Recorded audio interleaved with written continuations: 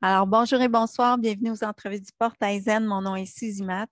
Aujourd'hui, j'ai le plaisir de retrouver M. Jean Didier, qui est auteur et médium.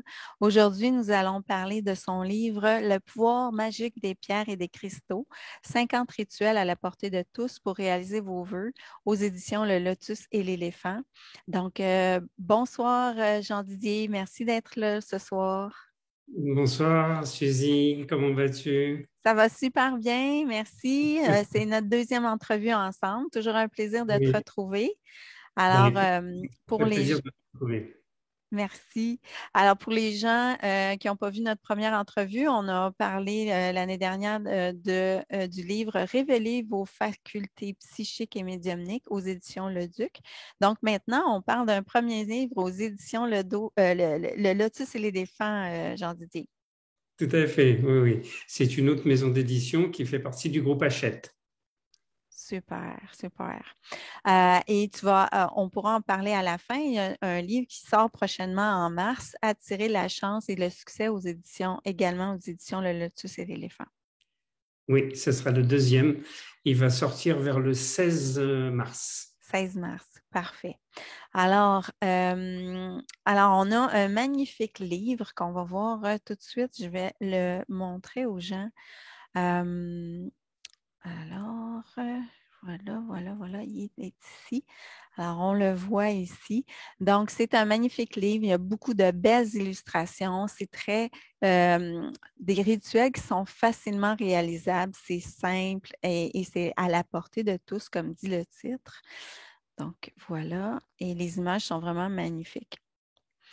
Au niveau de la préface, on a une préface de Marc Neu avec qui on a eu aussi plusieurs entrevues et il parle de l'importance de la magie et que ce n'est pas de la magie noire au niveau de ton livre, c'est vraiment de la magie blanche. Est-ce que tu peux m'en parler un petit peu plus? Oui, en fin de compte, Marc Neu est un grand spécialiste.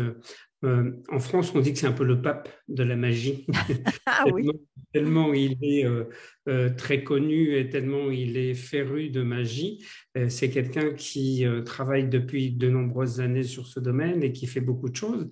Et c'était important pour moi d'avoir la caution de quelqu'un de cette envergure sur ce livre pour un petit peu réconforter les gens et leur montrer que c'était un ouvrage sérieux Ouais. et que, voilà, il y avait quelque chose de profond.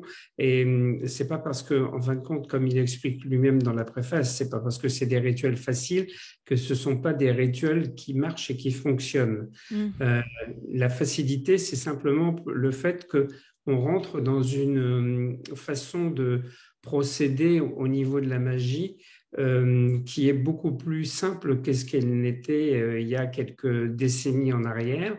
Et donc maintenant, on a une possibilité de faire des choses un petit peu plus simples, Mhm. toujours dans le côté magie spirituelle et Ouais. magie positive.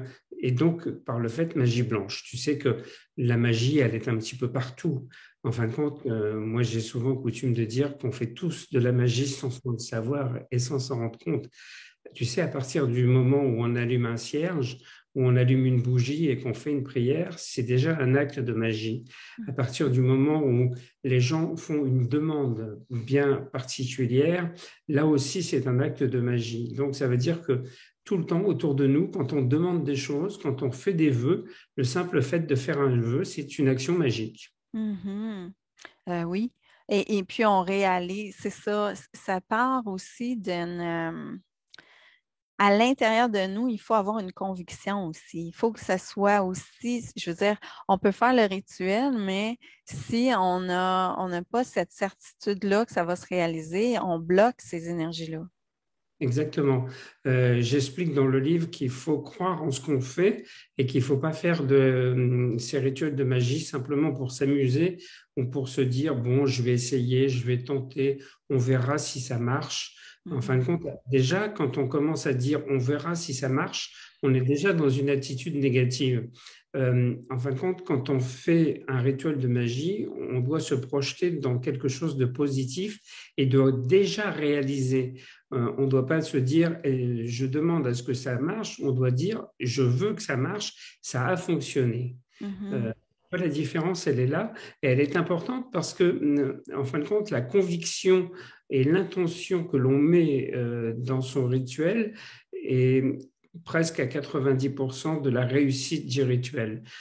Si le rituel n'a pas fonctionné, il va falloir se mettre un petit peu en question et puis se poser la question de savoir pourquoi on n'a pas eu assez d'intention, pourquoi ça n'a pas fonctionné. C'est parce que quelque part, on n'y croyait pas assez. Mhm. Est-ce qu'on pourrait dire aussi que c'est peut-être pas la meilleure chose pour soi qui pourrait se réaliser et on le sent déjà avant de le demander?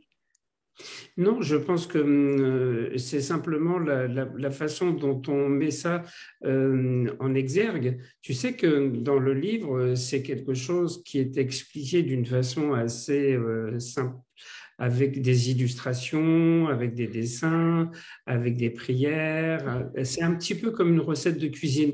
Souvent, on dit, mais c'est marrant parce que ton livre, il est construit comme une recette de cuisine parce que on C'est nous dit, vrai. là, il faut faire ça, là, il faut faire ça, là, il faut rajouter ci, là, il faut mettre un petit peu de cela, là, il faut allumer une bougie. En fin de compte, c'est un peu comme une recette de cuisine. C'est Je vais essayer de le montrer parce que je trouve ça dommage. J'ai pas les images, mais je veux pas trop défaire mon plan en arrière. Je sais pas si je vais être capable de le montrer. Ah, j'y arrive pas. Au moins, on voit une pierre et là, oui. à côté, on voit la néphrite. Alors ça, c'est, bon, on parle de la néphrite. Et après ça, cette pierre est verte et je pense, on parle d'une action magique pour l'évolution spirituelle. Donc, ensuite de ça, ben là, on montre ce que tu as besoin et ensuite de comment utiliser le rituel. Oups, je vais y arriver, je vais y arriver. C'est dommage parce que il est vraiment magnifique et puis dans chacun, c'est des rituels différents. Donc, tu as choisi des pierres expressément pour chacun des rituels. C'est parce que là, on a comme, c'est 50 rituels, donc 50 pierres différentes. En fin de compte, il y a 30 pierres. Ah, OK. 30, 30 pierres qui sont présentées Oui. et on parle de 50 rituels, mais en fin de compte, il y en a 52 parce qu'après, il y a 22 rituels avec les Ah 22 oui. arcanes d'Argent. Ah Tu oui, vois, c'est c'est vrai. les Oui, c'est arcanes vrai. majeures du tarot de Marseille. Donc 30 pierres, donc ça fait 30 rituels, plus 22 rituels supplémentaires avec les arcanes majeures du tarot de Marseille. Alors, effectivement, pour rebondir sur ta question, les pierres sont choisies en fonction de ce qu'elles font. Tu vois, par exemple, on va utiliser le quartz fumé pour la protection d'une habitation, parce qu'on sait que le quartz fumé a toujours été utilisé pour ce genre de choses. Si on parle de l'améthyste, tu vois, je dois avoir une améthyste quelque part par là, tu vois, voilà, là j'ai un cristal Hmm. d'améthyste qui est taillé d'ailleurs comme un Oui. cristal de roche. Ouais.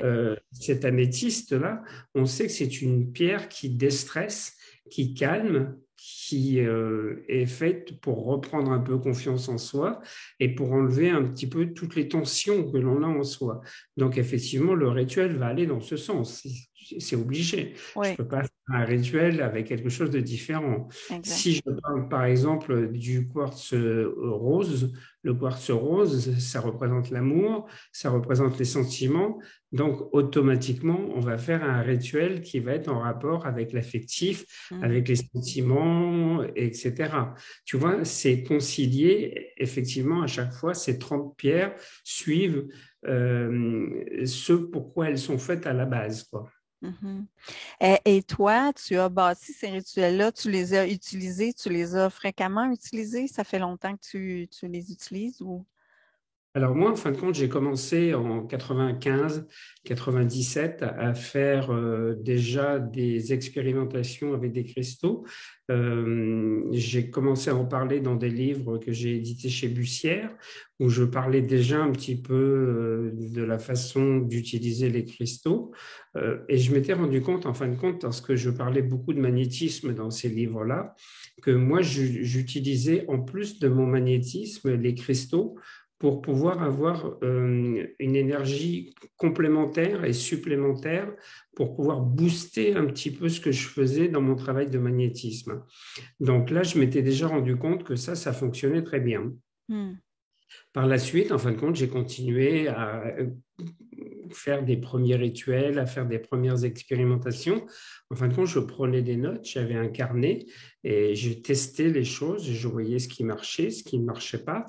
J'ai fait effectivement la conciliation des pierres, comme je le disais, par exemple avec la symbolique de l'amour, avec le quartz rose, comme je te disais tout à l'heure, etc. J'ai marqué un petit peu tout ça, j'ai testé les choses et je me suis aperçu effectivement que comme je le dis, et c'est un peu le titre du livre aussi, chaque pierre a un pouvoir magique et c'est un pouvoir qui est très fort et qui marche très bien. Mhm. Alors, ce qui est très bizarre, c'est que quand on a parlé de faire ce livre avec la maison Hachette et le lotus et l'éléphant, on s'est mis d'accord effectivement sur ce sujet, mais on s'est très vite rendu compte qu'il n'existait aucun livre qui traitait de ce sujet, c'est-à-dire de la magie avec les cristaux.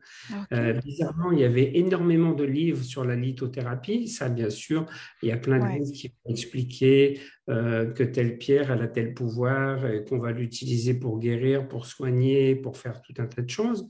Mais en fin de compte, le côté magique n'existait pas dans la littérature actuelle et il n'y avait pas grand-chose, ou pour ainsi dire rien, dans ce domaine. Et c'est ce qui explique aussi peut-être entre le fait que le livre a été très bien réalisé et qu'il est très beau et qu'il y a des choses très importantes et intéressantes dedans, mais il comble un vide aussi quelque Oui, part. parce qu'il était déjà, tu me dis qu'il est en réédition, là.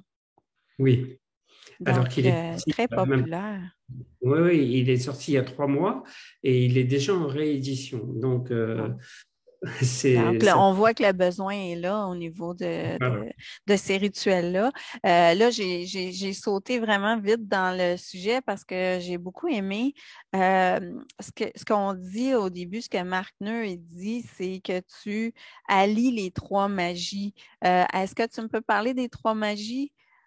Oui, alors dans ces trois magies, il y a la magie naturelle, de la nature, avec des choses qu'on va utiliser comme les cristaux, justement, ou comme des choses comme ça. Il y a la magie céleste, qui est en rapport avec les jours des planètes, c'est-à-dire que moi, dans chaque rituel qui est expliqué dans le livre, j'explique quel jour il faut faire le rituel.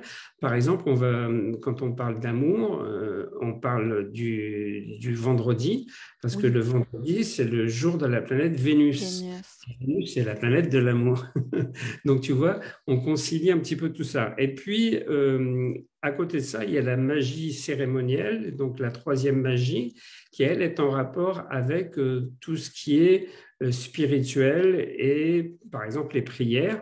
Et c'est pour ça que moi, j'utilise dans le livre, à chaque rituel, une prière spécifique qui sont toutes des prières qui sont tirées de la Bible, Ouais.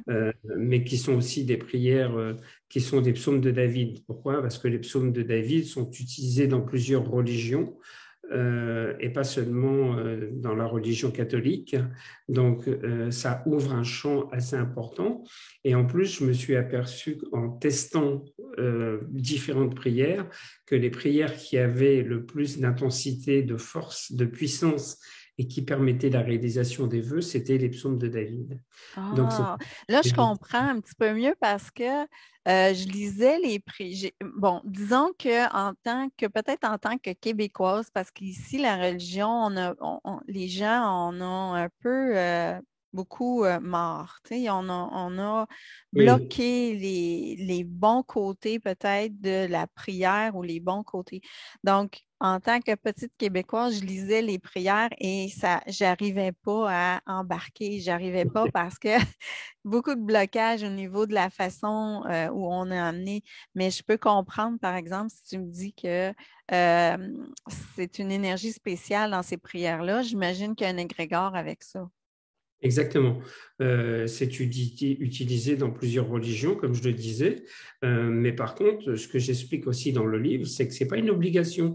C'est-à-dire que la prière, qui est le psaume de David, peut être remplacée par une prière qui est faite par les protestants, par les juifs, par les musulmans ou différentes communautés. Il n'y a absolument aucun problème par rapport à ça. L'important, c'est de se sentir bien et d'y mettre une énergie spirituelle à travers une prière. Voilà. Maintenant, c'est vrai que les psaumes de David, c'est les plus connus, les plus répandus, les plus utilisés et qu'on retrouve un peu partout. Et là aussi, c'est pareil, chaque psaume a été choisi en fonction du rituel pour que ça puisse apporter la connexion et le fonctionnement sur l'utilisation du rituel. Est-ce qu'il faut la réciter telle qu'elle ou est-ce qu'on peut le faire dans nos mots?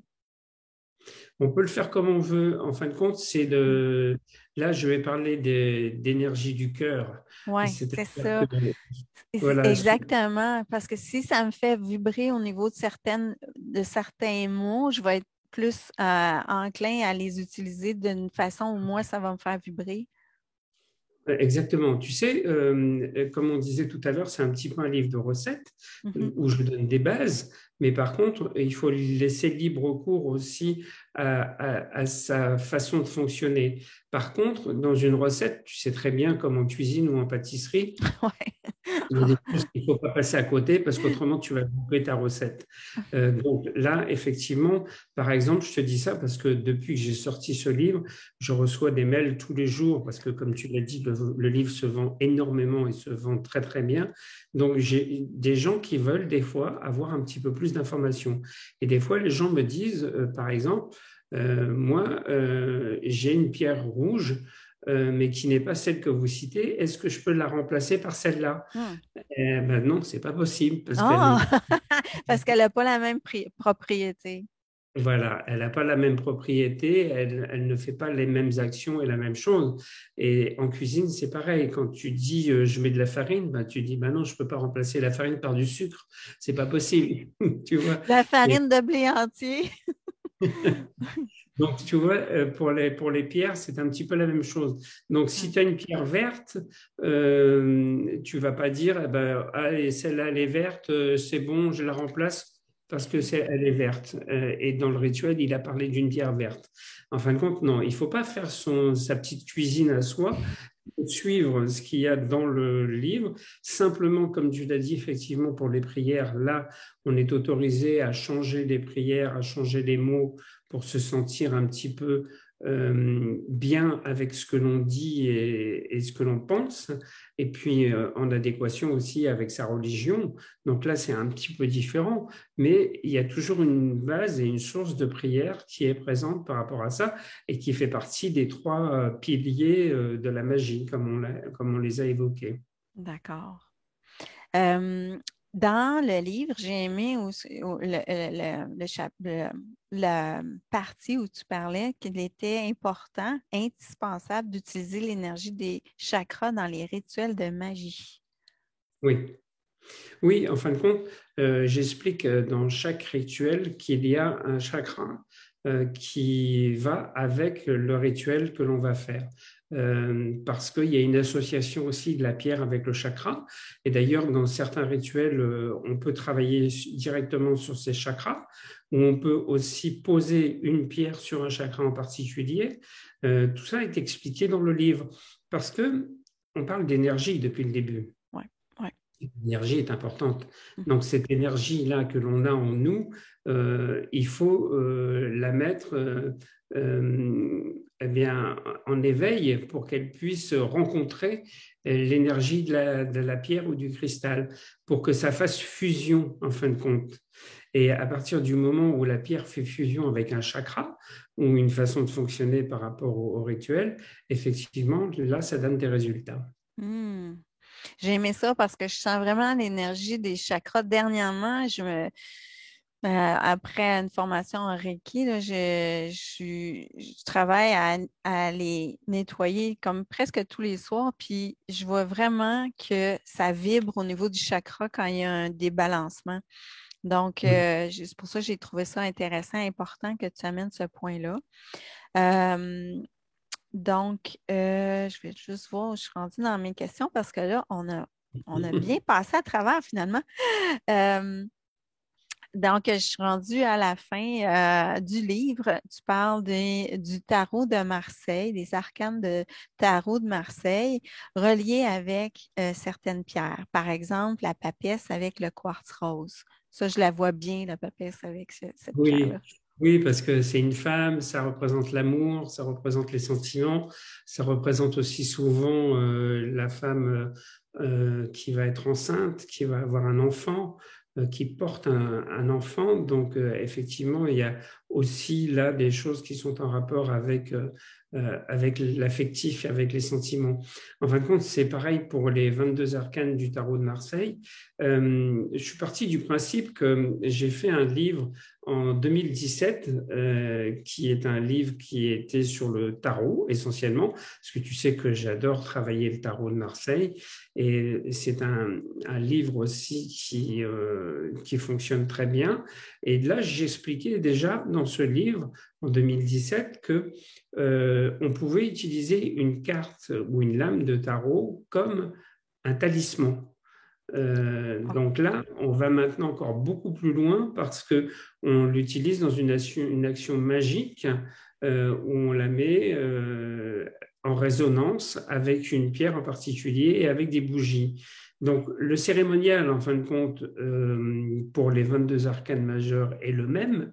La seule chose qui change par rapport à ça, c'est l'intention que l'on va mettre et l'égrégore que l'on va constituer autour de la carte.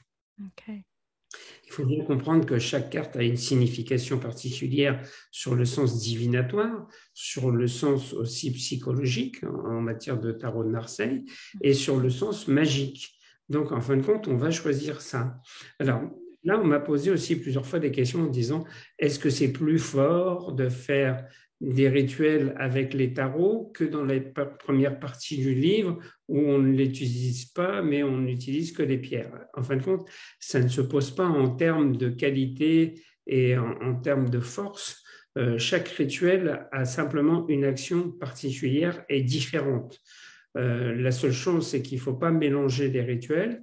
Il ne faut pas faire plusieurs rituels parce qu'il y a des gens qui veulent tout de suite, tu Oui, sais. c'est vrai, c'est vrai. Si on veut l'amour, l'argent, la santé, faut en choisir un, le faire Ouais. pendant quelques jours, hein, 7 jours ou Voilà. plus. Et on fait le rituel du début jusqu'à la fin et on ne fait pas en même temps un rituel avec les tarots, par exemple, ou même un autre rituel avec des pierres.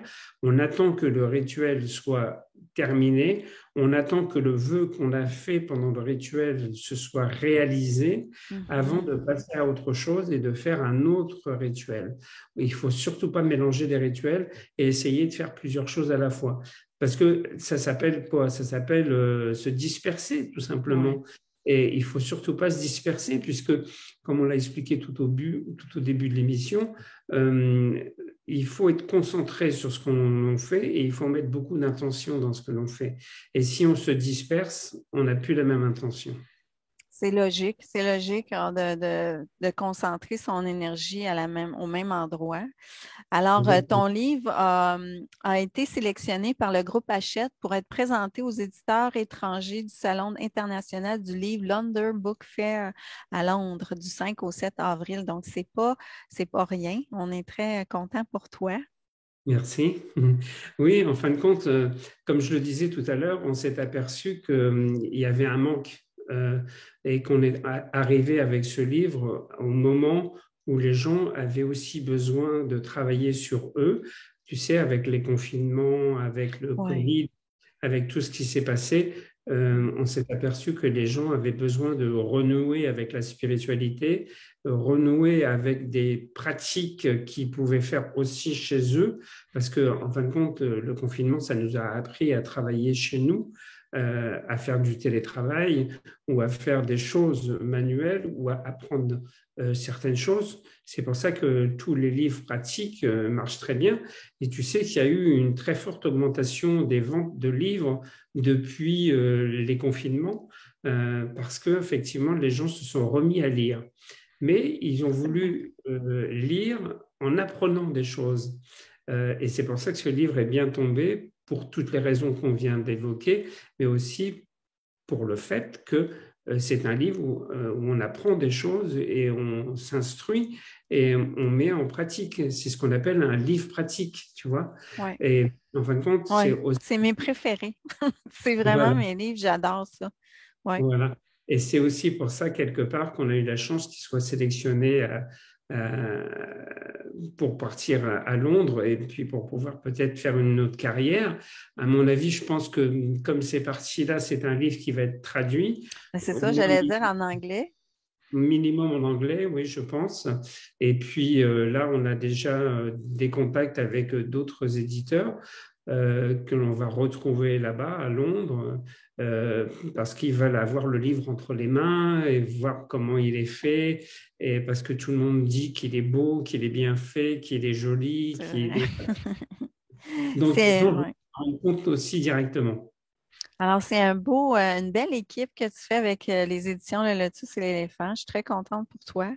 Et puis, on va sûrement se revoir cette année pour parler de ton prochain livre, Attirer la chance et le succès. C'est bien ça? Aux Oui. éditions Le Lotus et l'éléphant. Alors ça, j'ai bien hâte de lire ça. Donc, est-ce que tu as quelque chose à ajouter, Jean-Didier, avant qu'on termine? Eh ben, écoute, moi je pense que la première étape, effectivement, c'est pour les gens de se concentrer sur le livre sur les cristaux, pour apprendre des choses, pour réaliser des vœux, parce qu'il ne faut pas oublier que c'est le but premier, c'est de réaliser des vœux, et que c'est quand même quelque chose qui est à la portée de tout le monde. Parce que souvent, quand on parle de magie, les gens se disent oui, mais ça ne va pas être facile parce qu'il va falloir tel ingrédient, telle chose, le mélanger avec ça, rajouter telle chose que je vais peut-être pas avoir. En fin de compte, non, ce sont des choses de la vie courante que l'on utilise à travers le livre, des pierres que l'on trouve assez facilement, soit dans une boutique ou soit sur Internet. Ça, il n'y a pas de problème pour s'en procurer. Les pierres que je conseille, moi, ce sont des petites pierres roulées ou des pierres galets. Une pierre galet, tu vois, c'est une forme comme ça. Voilà. Oui.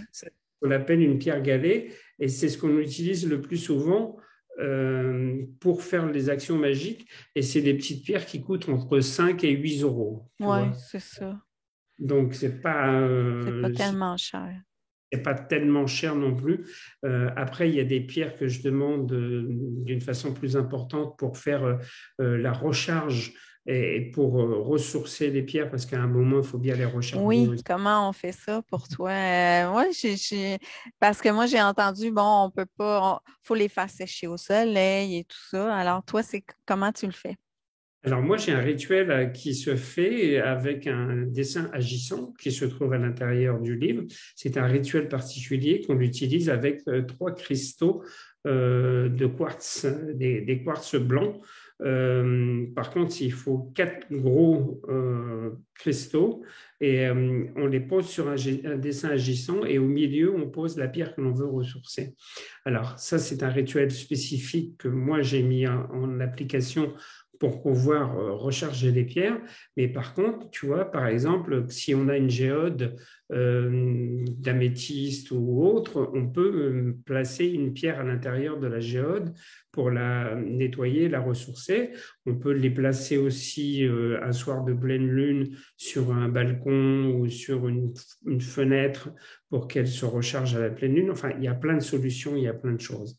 OK. Et après, dans le livre qui va arriver, donc lui, il va arriver vers le 16 mars à peu près, Attirer la chance et le succès. Là, il y aura aussi quelques rituels à l'intérieur, mais on parlera aussi beaucoup de choses plus divinatoires pour s'aider, comme avec les runes, avec le tarot, avec le zodiaque, avec des aliments qu'on utilise dans la vie de tous les jours, qui seront des aliments qui nous permettront de déclencher aussi certaines choses par la voie magique. Enfin OK. voilà, ça c'est la deuxième étape. C'est un peu la suite. Ah, d'accord. Alors, il faut se pratiquer à faire des rituels avant d'aller vers Exactement. l'autre livre. Donc, merci beaucoup, Jean Disney. C'était un plaisir de te revoir. Et puis, partagez la vidéo si vous avez aimé. Et puis, les gens peuvent retrouver Jean Didier sur son site www.jean-didier.com.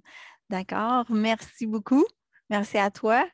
Merci à toi, Suzy. C'est toujours un plaisir de faire des émissions avec toi. Merci. À plus tard cette année pour la suite. Merci. Au revoir. Au revoir.